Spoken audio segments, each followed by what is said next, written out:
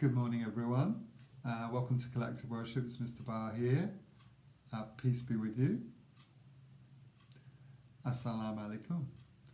When I was last with you, leading Collective Worship, I introduced the value of the term peace at St. Barnabas, and I also, we talked a bit and looked a bit about the greeting I just used. We talked about peace be with you. Assalamu alaikum, and we asked ourselves across the world, why do millions of people use that greeting? What's that about, and what's that reply, and also with you? Why is that important? And I think I remember that I introduced the phrase Assalam Kamal Akalam, and which means peace before speech. And I guess I felt within that phrase when I found it was the answer, that maybe taking some time and having some peace before you speak probably helps what you say be positive and more useful and communicate better. Now, I know last week we watched a film and Mrs. Fish set us a challenge, and the challenge was to go out into nature and find something for each of the colours of the rainbow. Now, despite the rain and the poor weather, I expect you did that because there was a lot of things to find. There's a lot of lovely plants in bloom at the moment as we're in summer. So I suspect you got all of those colours of the rainbow, and I suspect that helped you have some peace, some rest and some mindfulness. So today I wanted to explore something else, and I thought I'd do it by reading you a bit of a story. So this is the story I've decided to read. It's a story called 5 Minutes Peace, and it's a really old book. It's so old that it was written before I was a teacher, and that makes it old. It's written by a woman called Jill Murphy, and it's got some characters in it who you probably need to know. You may know the book already. So you probably know there's these characters here, the children, and then there's this character here, and this is Mrs. Large, and as you can gather, she's the elephant mum in the family. And in the picture here, she's got a tray with lots of things on it. She's got a cup of tea, she's got a pot of tea with the cup, she's got what looks like toast, and she's got a newspaper. So she's got all of those things. 5 minutes peace. The children were having breakfast. This was not a pleasant sight. I'm kind of hoping this wasn't how it was in your family this morning. Mrs. Large took a tray from the cupboard. She set it with a teapot, a milk jug, her favourite cup and saucer, a plate of marmalade toast, and a leftover cake from yesterday. She stuffed the morning paper into her pocket and sneaked off towards the door.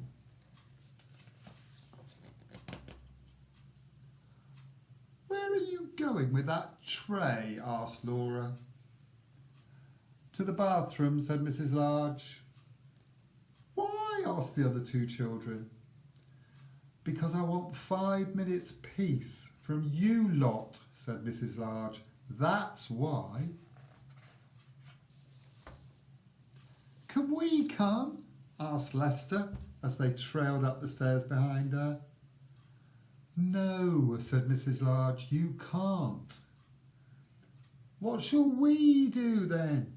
asked Laura.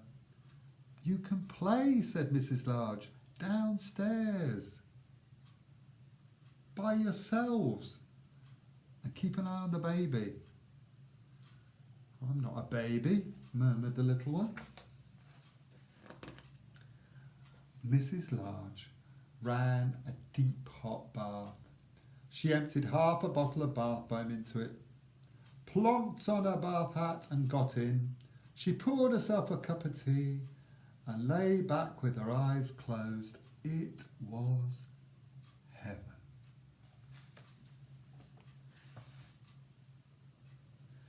"Can I play you a tune?" asked Lester. Mrs. Large opened one eye. "Must you?" she asked. "I've been practising," said Lester. "You told me." "Can I, please? Just for 1 minute?" "Go on then," sighed Mrs. Large. So Lester played. He played Twinkle Twinkle Little Star 3.5 times. In came Laura. "Could I read you a page from my reading book?" she asked. "Oh, no, Laura," said Mrs. Large. "Go on, all of you, off downstairs." "You let Lester play his tune," said Laura. "I heard. You like him more than you like me. It's not fair." "Oh, don't be silly, Laura," said Mrs. Large. "Go on then, just one page." So Laura read. She read 4.5 pages of Little Red Riding Hood. In came the little one with a trunk full of toys. "For you," he beamed, flinging them into the bathwater. "Thank you, dear," said Mrs. Large weakly. "Can I see the cartoons in the paper?" asked Laura. "Can I have the cake?" said Lester. "Can I get in with you?" said the little one. Mrs. Large groaned.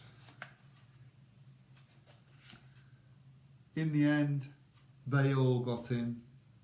The little one was in such a hurry, he forgot to take off his pyjamas. Mrs. Large got out.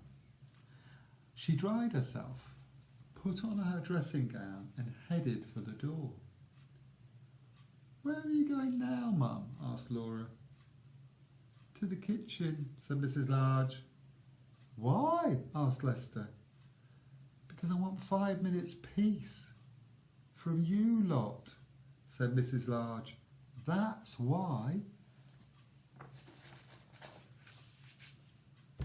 And off she went downstairs, and she had 3 minutes and 45 seconds of peace before they all came to join her. So, I love that story. It's sort of funny and sort of true.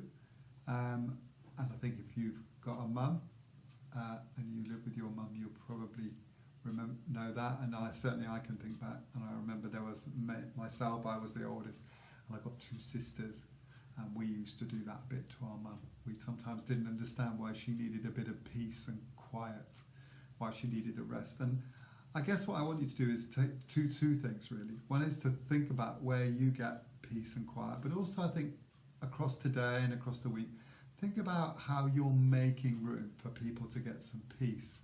When are you making sure they get to relax? When are you making sure they get some space? So I think there's a lesson to learn from the story of 5 minutes peace, and a lesson about how we have to be a bit careful that we give people room to have peace. I'm going to finish with a prayer, so please feel free to join me. I am so tired. Give me rest. Renew my energy. Help me face the day and give me peace. Amen.